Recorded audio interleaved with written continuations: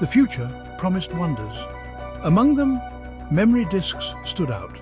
Imagine holding a disk no bigger than your palm. On this disk, a lifetime of memories. Not just images, but emotions, sensations, the very essence of experience. This was the promise of memory disks. Scientists hailed it as a breakthrough in mental health. Trauma, they claimed, could be confronted, processed and healed. The bereaved could revisit cherished moments with departed loved ones.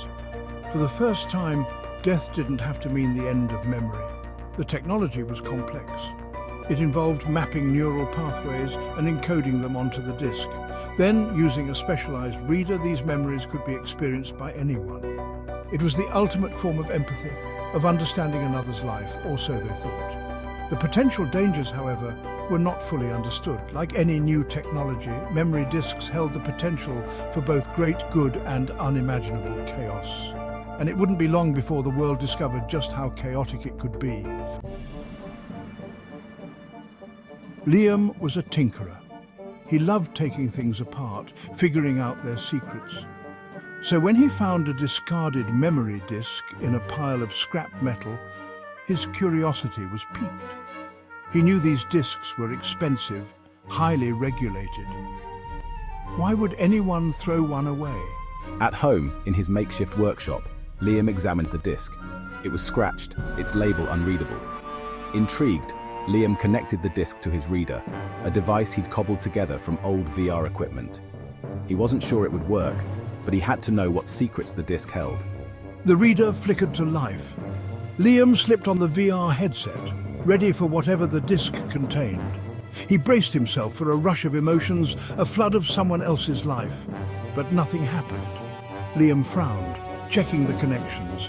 Then a voice, faint at first, whispered from the headset, a voice that didn't belong to anyone Liam knew. Suddenly, Liam was enveloped in a whirlwind of sensations. He saw the world through someone else's eyes, felt the warmth of the sun on unfamiliar skin. It was overwhelming, a cacophony of emotions and experiences that weren't his own. He saw flashes of a life lived, a child laughing in a sun-drenched park, a young man graduating college, the tender embrace of lovers. Then a jarring shift, fear, panic, the screech of tires, a blinding light, then darkness. Liam ripped the headset off, gasping for breath. His heart pounded in his chest. The images, the emotions lingered, imprinted on his mind. Who was this person? And why were their final moments filled with such terror? The discarded disc, once an intriguing puzzle, now felt like a Pandora's box. And Liam had opened it. The experience left Liam shaken. He tried to dismiss it, to tell himself it was just a malfunctioning disk, a random jumble of data, but the emotions he'd felt were too real, too visceral. He couldn't shake the feeling that he'd witnessed something significant, something terrifying. The images from the disc haunted his dreams. The laughter of the child, the love in the eyes of the young man, the sheer terror in those final moments. They played on a loop in his mind. He found himself sketching the faces, the places, trying to make sense of it all. Then, something strange happened.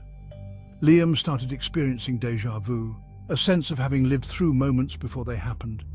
He'd be walking down the street, and a snippet of conversation, a particular car, would trigger a memory from the disc. It was as if he was watching his own life unfold, but with the knowledge of someone who'd already seen the script.